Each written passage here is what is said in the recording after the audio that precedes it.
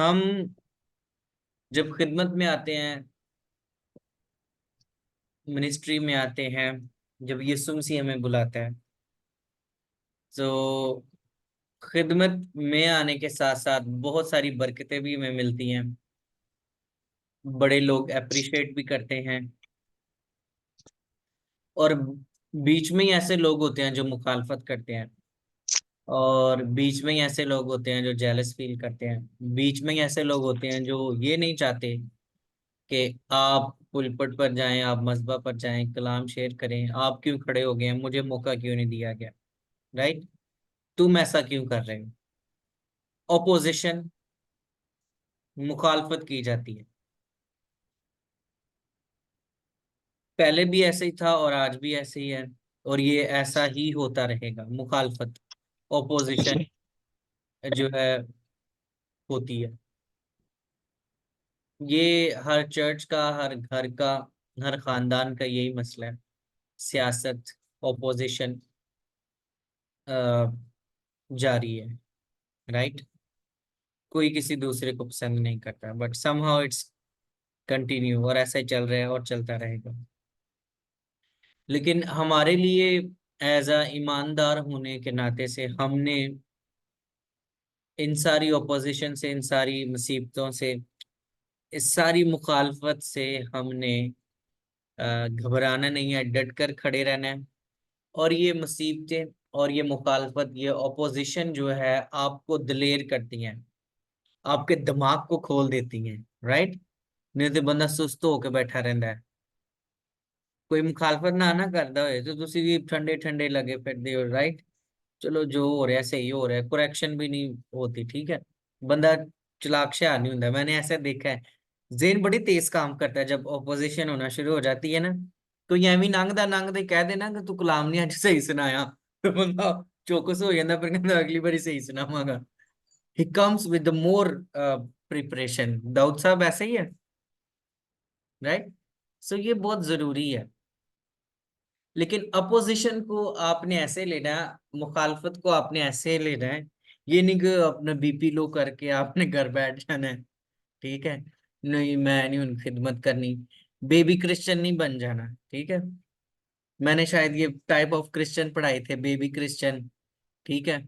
और और भी काफी थे, एंग्री क्रिश्चियन, जेडे फटाफट नाराज हो जाते ने, है ना। और ऐसे नहीं करना। सो रिचर्ड साहब कहते हैं कि जब टेस्ट होगा तो फिर टेस्ट मनी बनती है। जब आप ट्रायल्स में से गुजरेंगे तो फिर ही कोई अच्छी चीज होगी। चांदी को जब साफ किया जाता है तो बार बार सुनार जो है इसको साफ करता है। ठीक है? और फिर मेरे ख्याल से मिसाल की किताब में लिखा है कि मुझे साफ, चांदी की तरह मुझे साफ कर रहा है वो, उसमें डालकर कोठली में, और वो जो जिसमें सोना जो है वो किया जाता है, क्या उसको कहते हैं, कुंदन बनाया जाता है, उस तरह से। राइट? तो इस तरह का कोई जिक्र आया है। तो ये सारी चीजें जो है हमें दुनिया से सीखने को मिलती हैं। हमारे कुछ चीजें हमारे दोस्त हमें सिखाते हैं, कुछ चीजें हमारे दुश्मन, हमारे जो ऑपोजिट लोग होते हैं वो हमें सिखा देते हैं। राइट? सो दोनों ही बहुत जरूरी हैं। दोस्त भी बड़े जरूरी हैं, और आपकी मुखालफत और ऑपोजिशन होना भी बहुत जरूरी है। आप उनसे कुछ ना कुछ सीख रहे होते हैं। राइट? मेरी एक आदत है कि मैनू लंघदे ही मैं किसी को गल सिख लेना। लंघदे ही मैं किसी को गल सीख लेना। मैं एक जगह पर बड़े अपने सीनियर पास्टर के साथ गया। ये तो टिश्यू वैसे मेरे सामने पड़ा था, मैंने इसलिए पकड़ लिया क्योंकि टिश्यू वाली बात थी। तो हम रेस्टोरेंट में खाना खा रहे थे, तो मैंने अपना टिश्यू जो है ऐसे गुच्छू मुच्छू कर दिया था। मतलब ऐसे साफ कर लिया, हाथ साफ कर लिए। तो ये मुझे ना बड़ा बसुरा सा लगा। वो जो मेरे सामने बैठे हुए थे, मेरे लीड पास्टर, उन्होंने टिश्यू पकड़ा, और उन्होंने ना ऐसे करके, ऐसे ऐसे उन्होंने टिश्यू पकड़ा, और उन्होंने ऐसे करके ना ऐसे बना लिया। वो बड़ा खूबसूरत सा लगा। और फिर उसने यू नो ऐसे किया, हाथ साफ किए, फिर उसकी तह बदली। फिर तो मैं उसकी तरफ देख रहा था कि ये मतलब इसने बड़े जबरदस्त तरीके से किया। इसने और फिर अब मेरी भी ये कोशिश होती है कि जब कभी मैं जाऊं किसी जगह पर, खाना खा रहे हैं या वैसे, तो मैं भी टिश्यू को ऐसे इस्तेमाल करता हूँ। गुच्छू मुच्छू करके, तो वो वो नहीं सही लगता। सो मैंने बात बताई थी कि मैं किसी को नंग दे गाल सेक लेना, देख के मैं किसी को गाल सेक लेना किसी को, राइट। सो जरूरी नहीं कि आपको कोई बिठा कर समझाए, आप देख लें, आप सुन लें तो आप सीख लेते हैं, राइट। आप अडॉप्ट कर सकते हैं चीजों को, आप फॉलो कर सकते हैं। सो ओपोजिशन जो है, आप देखकर सुनकर उसका तजर्बा करके बहुत सारी चीजें जो है वो सीख सकते हैं। सो आज जो है वो हम ओपोजिशन के बारे में पढ़ेंगे, और परसिक्यूशन, अपोजिशन एंड परसिक्यूशन, मुसीबतें और मुखालफत के बारे में। और ये मुखालफत और मुसीबतें जो हैं, ये इमाल की किताब फुली पैक्ड है इन दोनों चीजों से। इन दोनों, अगर आप इसको कहें कि इमाल की किताब को कोई कोई कोई कोई नाम दे दें अपनी तरफ से, राइट, या कुछ ऐसा, आप इसमें सबसे ज्यादा चीजें जो कसरत से पाई जाती हैं वो कौन सी हैं, अगर आपसे कोई सवाल करे, तो आप बिला झिझक उसे कह सकते हैं ऑपोजिशन एंड परसिक्यूशन। किस किस की दो फिंगर है मुझे बताएं। Show me two two fingers. जिसका कैमरा ऑन है, बाकी तो ठीक है। जिन लोगों ने कैमरा ऑन नहीं किया उनका क्या अब करेंगे हम। चलें ठीक है, कोई बात नहीं, ठीक है। ओपोजिशन, मुखालफत एंड परसिक्यूशन और मुसीबतें, इमाल की किताब की बुनियाद जो है, इसमें जो दो बुनियादी चीजें हैं वो यही हैं जो मैंने आपको बताई हैं। ओके, तो अभी आगे चलते हैं। मैं स्क्रीन शेयर करता हूँ और हवाले आपने लिख लेने हैं, ठीक है। नजर आ रहा है सबको स्क्रीन पे?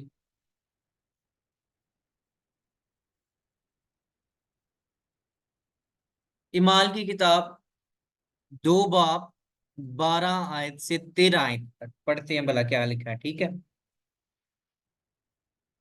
2 बाब, ओके, ये वाला ठीक है। 2 बाब 12 से 13। अच्छा, 11वीं आयत से शुरू करते हैं। 11वीं आयत में एक और चीज है मजेदार, वो भी सीखेंगे, ठीक है। 11वीं से मैं शुरू करूंगा। मगर अपनी अपनी जुबान में उनसे खुदा के बड़े बड़े कामों का बयान सुनते हैं, और सब हैरान हुए और घबरा कर एक दूसरे से कहने लगे, ये क्या हुआ चाहता है। और बाज ने ठट्ठा करके कहा, ये तो ताजा मैके नशे में है। 11वीं आयत में लिखा है कि वो अपनी अपनी जुबान में खुदा के बड़े बड़े कामों का बयान सुनते हैं। ये अच्छा, दो ग्रुप हैं, ठीक है। एक तो वो ग्रुप है जो बड़े बड़े कामों का बयान सुन रहा है, एक वो ग्रुप है जो मुखालफत कर रहा है। एक ग्रुप कौन सा है? मुखालफत कर रहा है, और वो घबरा गए हैं और कह रहे हैं कि ये तो ताजा मैके नशे में है। बात की समझ लगी है? मुझे बताएं जरा। दो ग्रुप है, ठीक है, दो ग्रुप हैं। एक ग्रुप को समझ आ रही है कि शागिर्द जो हैं वो खड़े होकर क्या बोल रहे हैं। दूसरा वो ग्रुप है जो घबरा गया है और उनको समझ भी नहीं आ रही कि ये क्या बोल रहे हैं, राइट। और जब वो घबरा गए हैं तो वहीं से आगे बात शुरू होती है, राइट, वहीं से आगे बात शुरू हो जाती है। फिर वही हवाले पे चलते हैं, ठीक है। और अब हम इसकी तीसरे बाब की 11वीं आयत, 13वीं आयत, 14वीं आयत, 15वीं आयत और 17वीं आयत को अगर देखते हैं, तो इस सारे में मुखालफत ही मुखालफत आपको नजर आएगी पतरस की, ठीक है।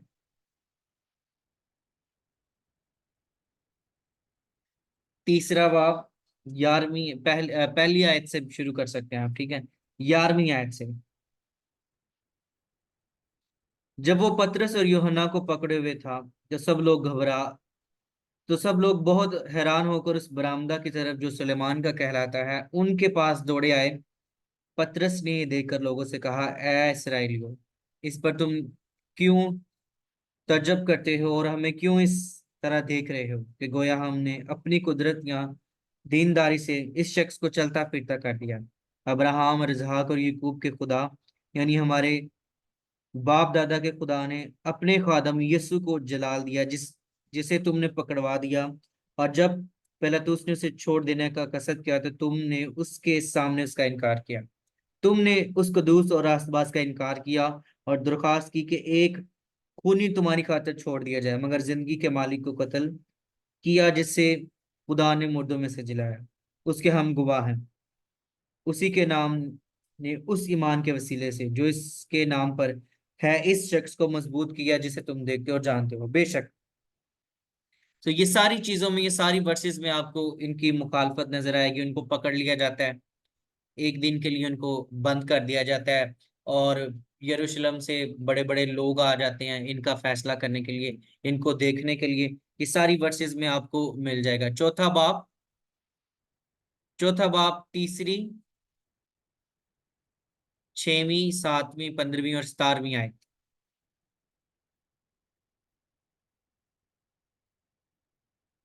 तीसरी आयत चौथे बाब की। और उन्होंने उनको पकड़कर दूसरे दिन तक हवालात में रखा, क्योंकि शाम हो गई थी। ठीक है, एक सरमन की वजह से पकड़कर उसको हवालात में रख लिया। मुखालफत शुरू हो गई है। ठीक है, ये ऊपर वाले दूसरे चैप्टर से शुरू हुई है, चौ तीसरे, चौथे, पांचवें में तक ये गई है। ठीक है, आगे भी देखेंगे हम। फिर चौथा बाब उसकी 18वीं आयत, 21, 26 और 29 आयत। सबको हवाले नजर आ रहे हैं ना? राइट? हेलो, कोई बताएगा? दाऊद, आप मुझे बताओ, दाऊद दानियल, हवाले नजर आ रहे हैं आपको? चौथा बाब है, 18, जी भाई 21, साहब नजर 26। आ रहे हैं। जी, जी भाई साहब नजर आ रहे हैं। Okay, good. सो ये सारे हवालों में आपको ऑपोजिशन और परसिक्यूशन नजर आएगा, मुसीबत और मुखालफत नजर आएगी इन सारे हवालों में। सो कितने चैप्टर हैं? 2, 3, 4 और 5। 2, 3, 2। ओके, काउंट करते हैं, 1, 2, 3, 4। 4 चैप्टर हैं जिनमें आपको परसिक्यूशन बेसिक में शुरू में ही नजर आनी शुरू हो जाती है, दूसरे में, तीसरे में, चौथे में और पांचवें में। राइट? परसिक्यूशन हवालात में रख दिया। आज एक सुबह को अगर आप मीटिंग ज्वाइन करते तो हमारे पास एक बड़ा जबरदस्त एक लड़का आया हुआ था, आई थिंक इस्लामाबाद से या पिंडी से था वो। So amazing. मैं चाहता हूँ कि कभी उस लड़के को क्लास में बुलाया जाए, और वो अपनी टेस्टमनी आप लोगों के साथ शेयर करे। और सेम यही वाकया, आज जब मैं उस लड़के की गवाही सुन रहा था तो मुझे ये वाकया याद आ रहा था कि मैंने आज ये चीजें कवर करनी है। तो सेम ऐसे पतरस और यूहन्ना के साथ भी हुआ होगा। वो लड़का जो है वो सरेआम लोगों को कलाम सुना रहा है। ठीक है, कजनों के साथ। ठीक है, बहसो मुबाहिसा कर रहा है और उन्हें कायल करने की कोशिश कर रहा है। क्या हमारे अंदर ये आंसर पाया जाता है? क्या हमारे अंदर इतनी दिलेरी पाई जाती है कि हम परसिक्यूशन और अपनी ओपोजिशन के बावजूद भी खड़े रहें? मैं अक्सर बताता हूँ, पास्टर शुबैले से मैंने ये सीखा था। वो क्लास में कह रहे थे कि David can fight alone and David can fight with his team. Dawood जो था वो अकेला भी जंग लड़ सकता था, और दाऊद अपनी टीम के साथ मिलकर भी उसने कई जंगें लड़ी थी। ठीक है, सो एक लीडर को ऐसा होना चाहिए कि वो अकेला भी खड़ा हो जाए, एक लीडर को ऐसा भी होना चाहिए कि वो टीम के साथ भी खड़ा हो। ठीक है, कई बार आपकी टीम ही आपको छोड़ जाते हैं, सबसे करीब बंदा आपका पहली लाइन में वो खड़ा होता है, पहला शिकवा लेकर, पहली कंप्लेन लेकर, सबसे करीब दोस्त, सबसे जो कलीसिया का एक्टिव मेंबर होता है वो पहली लाइन में होता है, जिसके मुंह में आपने हलवा पूड़ी की नवाले डाले हों, उसको बड़ा सैर सपाटे कराए हों, उसकी बड़ी फेवर की हुई हो, उसके ऊपर फंड खर्च किए हों। जब मौका बनता है तो सबसे पहले लाइन में सफ में वो खड़ा होता है और कहता है, "मिन्नू पादरी साहब चंगा नहीं लगदा।" राइट? "मिन्नू इंदा कलाम नहीं चंगा लगदा।" ऐसा होता है कि नहीं होता? Right? So devil can use anyone for opposition. ठीक है, यहाँ पर नोमी है। Nomi, okay good yes Nomi, sir. Thank you thank you. तो ये सारी चीजें हैं ऑपोजिशन। नोमी आप सुबह मीटिंग लीड कर रही थी या नहीं, कौन था? जी सर। हाँ जी, वो बड़ी जबरदस्त उस लड़के की गवाही थी। किसी दिन हम अरेंज करके लाएंगे उस लड़के को आपके लिए, ठीक है? हाँ बी जी बिल्कुल, बोल्ड। वो मिशनरी है वो जी, भाई। बी बोल्ड, ठीक है, दलेर हो जाए। लेकिन वो पढ़ा लिखा भी, उसकी बातचीत से मुझे लग रहा था कि वो पढ़ा लिखा था और उसके पास काफी नॉलेज था, ठीक है? फिर ही आप किसी को आंसर कर सकते हैं। जैसे पलूस रसूल कितना पढ़ा लिखा था, जब कोई इब्रानी बोलता था वो इब्रानी बोलता था, जब कोई यूनानी बोलता था वो यूनानी बोलता था, जब कोई और जुबानें बोल कुछ और बोलता था तो वो भी बोल लेता था, right? He was very sharp to answer people. खुदा दे लोग भोले भाले मासूम नहीं होंगे। आई मीन एक सेंस च होंगे भी ने, इस सेंस में वो मासूम नहीं होते कि मतलब कोई भी आए जाए और उनको मिस यूज कर जाए उनका। इस सेंस में नहीं कभी भी होते, ठीक है? सो पांचवें चैप्टर को देखते हैं। पांचवें चैप्टर, उसकी पहली आयत, 11वीं आयत, 17वीं और 31वीं आयत, राइट? इसमें क्या है? इसमें हननिया और सफीरा का जिक्र है, राइट? कितनी अच्छी बात है। लोग चर्च में आते हैं शिफा लेने के लिए, रसूलों के पास पैगंबरों के पास इसलिए जाते थे बरकत लेने के लिए, लेकिन ये दोनों मियां बीवी आए और दोनों ही मर गए। दोनों, they died in the church, they died in the feet of apostles, right?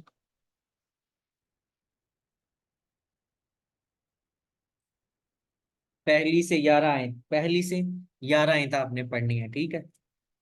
इसमें भी ऑपोजिशन एंड परसिक्यूशन ही है।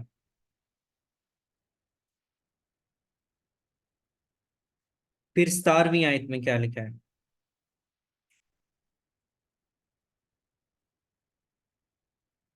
फिर सरदार काहिन और उसके सब साथी जो सदूकियों के फिरके थे हसद के मारे उठे और रसूलों को पकड़कर आम हवालात में रख दिया। रसूलों को पकड़कर आम हवालात में रख दिया। मगर खुदावन के एक फरिश्ता ने रात को कैद खाना के दरवाजे खोले और उन्हें बाहर लाकर कहा कि जाओ, हैकल में खड़े होकर इस जिंदगी की सब बातें लोगों को सुनाओ। वो ये सुनकर सुबह होते ही हैकल में गए और तालीम देने लगे। मगर सरदार काहिन और उसके साथियों ने आकर सदरे अदालत वालों और बनी इसराइल के सब बुजुर्गों को जमा किया और कैद खाना में कहला भेजा कि उन्हें लाएं। अच्छा, यहाँ पर लिखा है, अभी तलीम का जिक्र आया है कि फरिश्ते ने उन्हें कहा कि जाओ हैकल में खड़े होकर कलाम सुनाओ और तलीम दो। हैकल में जाकर तलीम दो, कलाम सुनाओ। लेकिन ये लोग तो अनपढ़ थे सारे, है थे कि नहीं है थे, किस किस को पता है? सिवाय एक के, यहूदा इस्करियोती पढ़ा लिखा था, कहा जाता है, क्योंकि उसके पास चंदे वाली थैली होती थी और हिसाब किताब वही करता था। तो इसका मतलब है कि वो पढ़ा लिखा था, राइट? कोई एक आधा और होगा हल्का फुल्का सा पढ़ा लिखा। सो ये तो बिल्कुल सादा सादा बेचारे लोग थे, मछलियां पकड़ने वाले लोग थे। इसका मतलब है कि भर्ती रसूल। जब रुल कुदस आता है तो वो आपको सारी चीजें सिखा देता है, ठीक है? आपका म्यार जो एमए इंग्लिश वाला है उसके बराबर हो जाएगा जब आपके अंदर पाक रूह होगा, जब आपके अंदर उसका कलाम होगा, राइट? जब उसका टच होगा। तो इसकी 41वीं आयत भी थी, राइट? बस वो अदालत से इस बात पर खुश होकर चले गए कि हम उस नाम की खातिर बेइज्जत होने के लायक तो ठहरे। उस नाम की खातिर, कौन सा नाम है? यीशु नाम। अभी हम नाम की तरफ भी आ रहे हैं। आज हम नाम नाम के ऊपर भी सीखेंगे, ठीक है? ना दे उत्ते भी सीखांगे, जैसे ना, ठीक है? नेम, कि हम उस नाम की खातिर बेइज्जत होने के लायक तो ठहरे, राइट?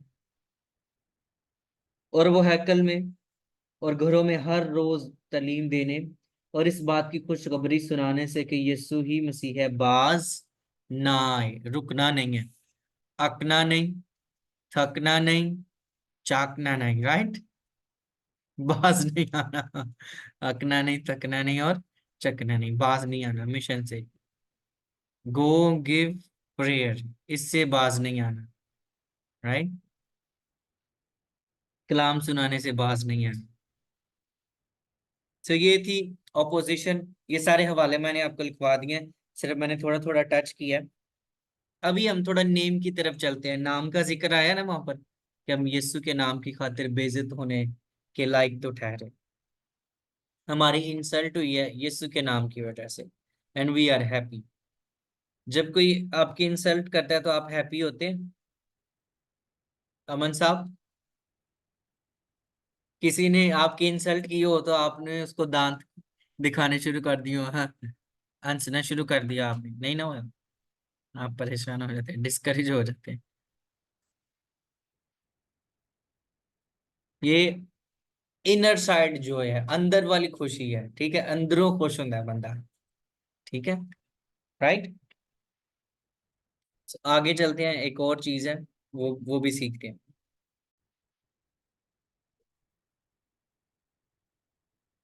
नेम ऑफ जीसस, यीशु का नाम, ठीक है जी।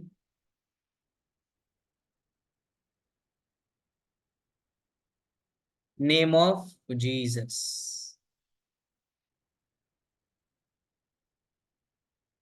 नेम ऑफ जीसस, ठीक है, यीशु का नाम। आपको पता है, जब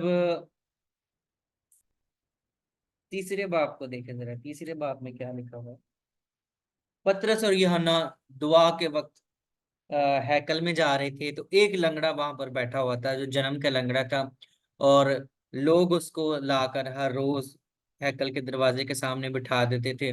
और उस लंगड़े ने यूहन्ना और पतरस की तरफ देखकर कहा कि मिन्नू भी कुछ खैरात पा दो, मिन्नू भी कुछ दे दो। तो उन्होंने कहा हमारे पास सोना और चांदी तो है नहीं, लेकिन जो कुछ है वो तुम्हें दे देते हैं। और वो है क्या है हमारे पास? यीशु मसीह के नाम से उठ और चल फिर, राइट। उन्होंने कहा यीशु के नाम से उठ और चल फिर। 6वीं आयत, पतरस ने कहा सोना पतरस ने कहा चांदी सोना तो मेरे पास है नहीं, मगर जो मेरे पास है वो तुझे दिए देता हूँ। यीशु मसीह नासरी के नाम से चल फिर, यीशु मसीह नासरी के नाम से चल फिर। नेम ऑफ जीसस, यीशु का नाम। कौन सा नाम? सो यीशु का नाम बड़ा इंपॉर्टेंट है। आपको पता है किस किस का नाम बदला गया बाइबल में? मैं चाहूंगा पहले उमर भाई बताएं और फिर उमर भाई आगे से बताएगा कि किसने बताना है नेक्स्ट नेम किस किस का बदला गया। एक नाम उमर भाई बता देंगे हमें जी।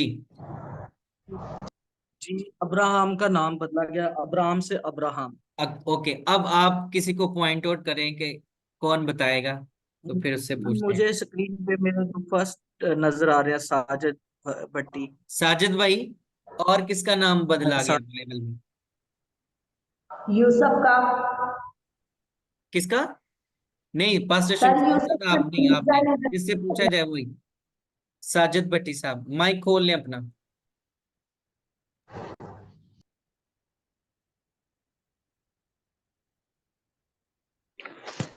पलूस का नाम भी सर बदला गया था बाइबल ओके, में। वंडरफुल। अभी या आप अगला बंदा पॉइंट आउट कर दें कि किससे पूछा जाए और किससे पूछा जाए।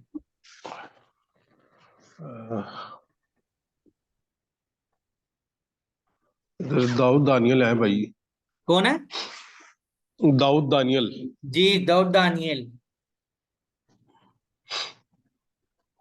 किसका नाम बदला गया था बाइबल में? और माइक खोल लें अपना प्लीज। जी भाई साहब, पतरस का रखा गया था नाम, इंद्रियास से पतरस। ओके, और ये ठीक कह रहा है लड़का। और आगे दाऊद, आप बताओ अब किससे पूछें? एक नाम और बता दे कोई,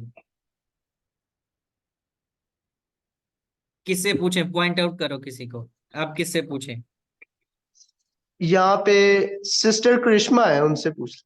जी, सिस्टर करिश्मा। जी सर, यकूब का नाम बदलकर इसराइल रखा गया था। ओके, वाह, वंडरफुल। ये तो कितने नाम आपने बता दिए हैं, इसका मतलब आप बाइबल पढ़ते हैं, राइट। Thank you. अब आप अपने माइक बंद कर सकते हैं, शुक्रिया। सो नाम जो है वो बड़ी अहमियत के हामिल है। नाम, यीशु मसीह नासरी के नाम से चल फिर।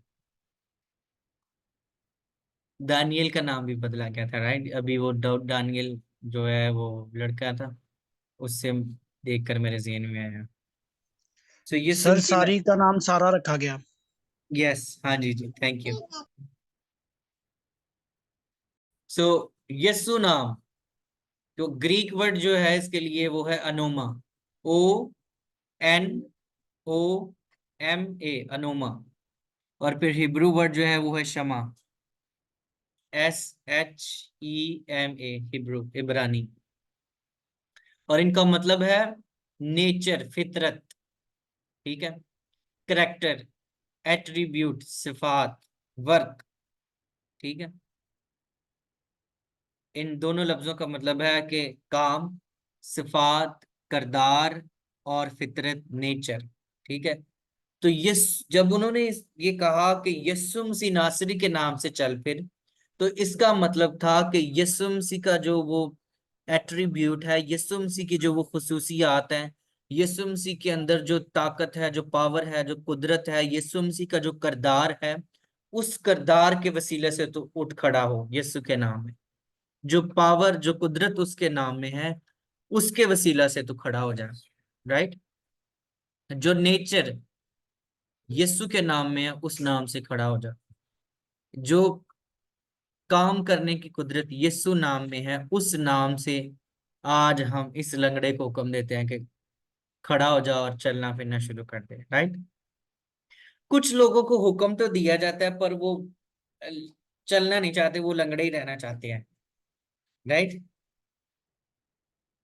कुछ लोगों की आदत बन चुकी होती है कि कोई आए, उन्होंने मोढियां ते चुके उथे, फिर बाहर हैकल दे बूहे अगे उन्होंने कोई बहा दे, वो मांग, वो they like to be a beggar, उन्हें मांगना पसंद है ना?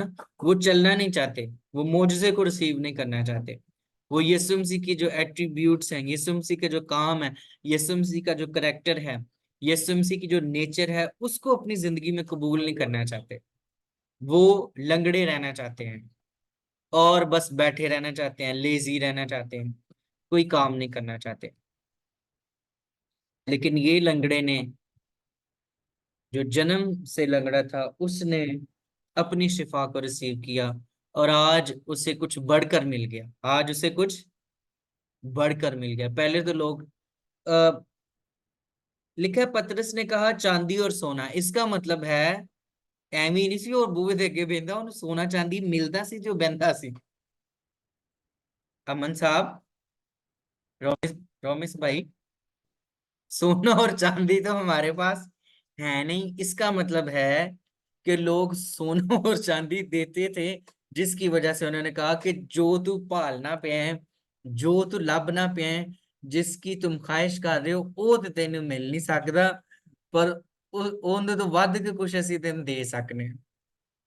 कई बार ਅਸੀਂ कुछ ਮੰਗਨੇ ਹੋਰ ਆ, लेकिन खुदावन ਸਾਨੂੰ कुछ और दे देता है ना? ऐसे होता है कि नहीं होता रोमित साहब? कई बार हम कुछ और मांग रहे होते हैं, थोड़े थोड़ा, है ना? खुदावंद हमें सभी कुछ दे देता है। So that's the attributes, that's the nature of God, that's the character of God। और ये सारा करेक्टर जो है वो यीशु मसीह का ही है, यीशु के नाम से, नेम ऑफ जीसस, ठीक है।